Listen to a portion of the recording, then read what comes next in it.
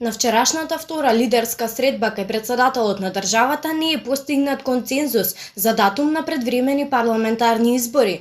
Првично овие избори беа закажани на 12 април, но поради пандемијата со коронавирусот и вонредната состојба, тие беа одложени со владина уредба со законска сила. Во текот на следните денови, како што се најавува, се очекуваат партиите да имаат меѓусебни разговори. ВМРО ДПМН биле за избори на крајот на август или почетокот на септември, додека пак СДСМ на крајот на јуни. За брзи избори се изјасни и ДУИ, Алијансата на албанците и алтернативата не се за избори на 21 јуни.